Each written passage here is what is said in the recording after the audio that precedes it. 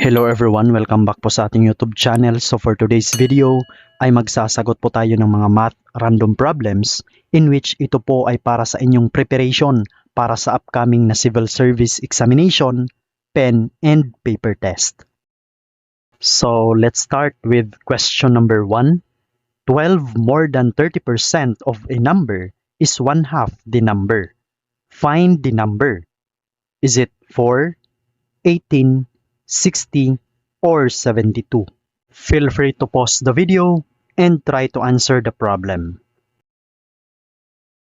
So, ang una lang po natin gagawin is to understand the problem. Ang sabi kasi dito, 12 more than 30% of a number is 1/2 the number. So, ang ibig sabihin lang po nito, 12 plus 0.3x is equal to 0.5x. So, para hindi po tayo malito, isa-isahin po natin. 12, ito yon. More than, ibig sabihin, plus or addition. More than 30% of a number. So, ibig sabihin, 0.3x. Then, is, kapag sinabing is, that is equal. 1/2 or 0.5x. At ngayon, ang gagawin naman po natin is to solve this equation algebraically. So, ang gagawin lang po natin dito is to transpose 0.3x dito sa kabila. And this will become negative.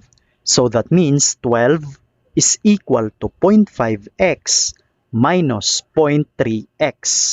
0.5x minus 0.3x, and that is equal to 0.2x. So, therefore, this will become 12 is equal to 0.2x. So, to get the value of x, let's divide 0.2 both sides. So, divided by 0.2 divided by 0.2.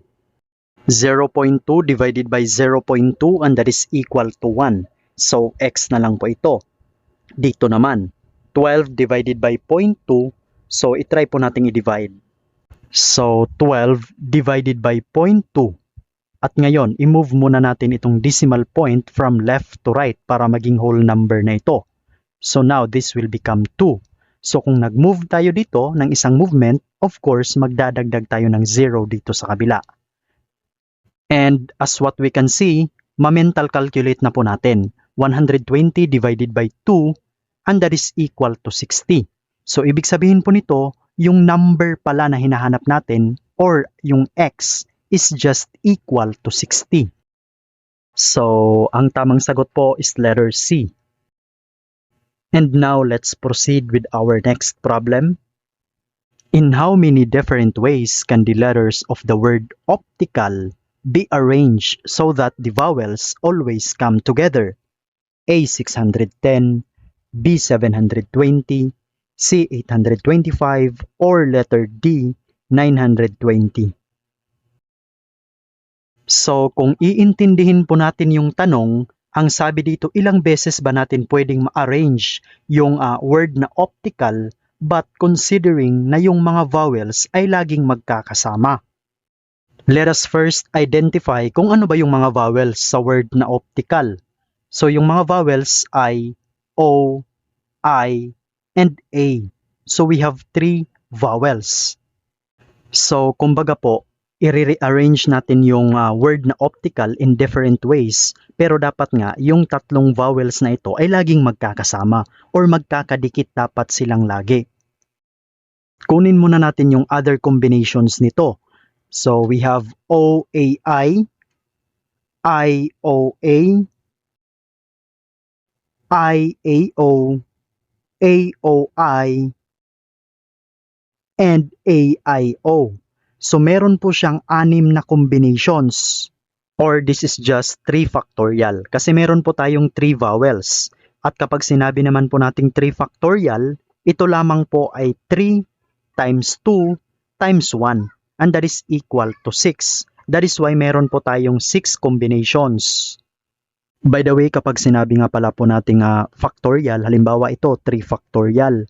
So, imumultiply lang po natin yung 3 sa mga numbers na mas mababa sa kanya. So, 3 times 2 times 1, pero dapat hanggang 1 lang. Hindi na included si 0 and negative numbers. So, for example, 8 factorial. So kapag sinabing 8 factorial, that is 8 times 7 times 6 times 5 times 4 times 3 times 2 times 1. At kapag sinabing 10 factorial, that is 10 times 9 times 8 times 7 times 6 times 5 times 4 times 3 times 2 times 1. So yan po ang ibig sabihin kapag ganito, factorial. So sige, balik po tayo dito sa ating problem. So ang sabi dito, dapat yung tatlong vowels always come together. Kumbaga, i-consider po natin as a single unit ang tatlong vowels na ito. Kasi nga, kahit ilang beses na pagbabalik-balik ta rin yung salitang optical, kailangan yung tatlong vowels ay laging magkakadikit or dapat magkakasamang lagi. At ngayon, ang gagawin naman po natin is ika-count din natin yung mga non-vowels. So we have 1, 2, 3, 4. Since we consider these three vowels as a single unit, so 4 plus 1, and that is equal to 5. That means we have 5 factorial. So when we say 5 factorial, that is 5 times 4 times 3 times 2 times 1. 5 times 4, and that is equal to 20, times 3, and that is equal to 60, times 2, and that is equal to 120, times 1, and that is equal to 120. So 5 factorial is just equal to 120. At ang gagawin lang po natin ngayon is i-multiply lang po natin itong dalawa. 120 times 6. So we have 120 times 6, 0 times 6, and that is 0. 2 times 6, and that is equal to 12. Carry 1, 1 times 6, and that is equal to 6 plus 1, and that is equal to 7. So the answer is 720, which is letter B. At ang ibig sabihin po nito na there are 720 different ways kapag yung mga letters ng salitang optical ay pagbabalik-balik ta rin, considering na yung mga vowels or yung tatlong vowels na ito ay magkakadikit lagi or magkakasama. So ito po yung mga combinations or some of the combinations of the rearranged letters of the word optical na kung saan ay magkakadikit lagi yung tatlong vowels. So ibig sabihin meron na tayong 5 dito, so meron pang other 715 other different ways or different combinations na kung saan ay magkakadikit lagi yung tatlong vowels.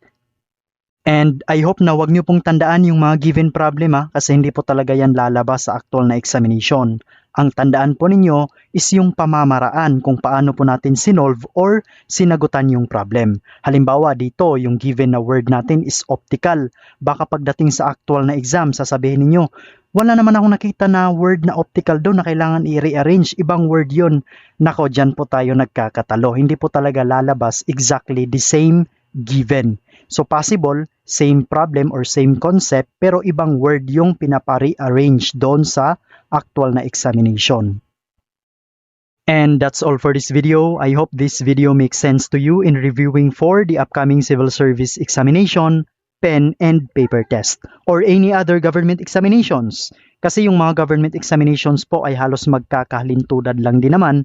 So pwede nyo po itong magamit sa mga entrance examinations or any tri-bureau examinations. So yan po. So kung hindi ka pa po nakapag-subscribe sa ating channel, huwag kalimutang mag-subscribe, like, and share this video to your friends. Hope to see you next time. Bye for now.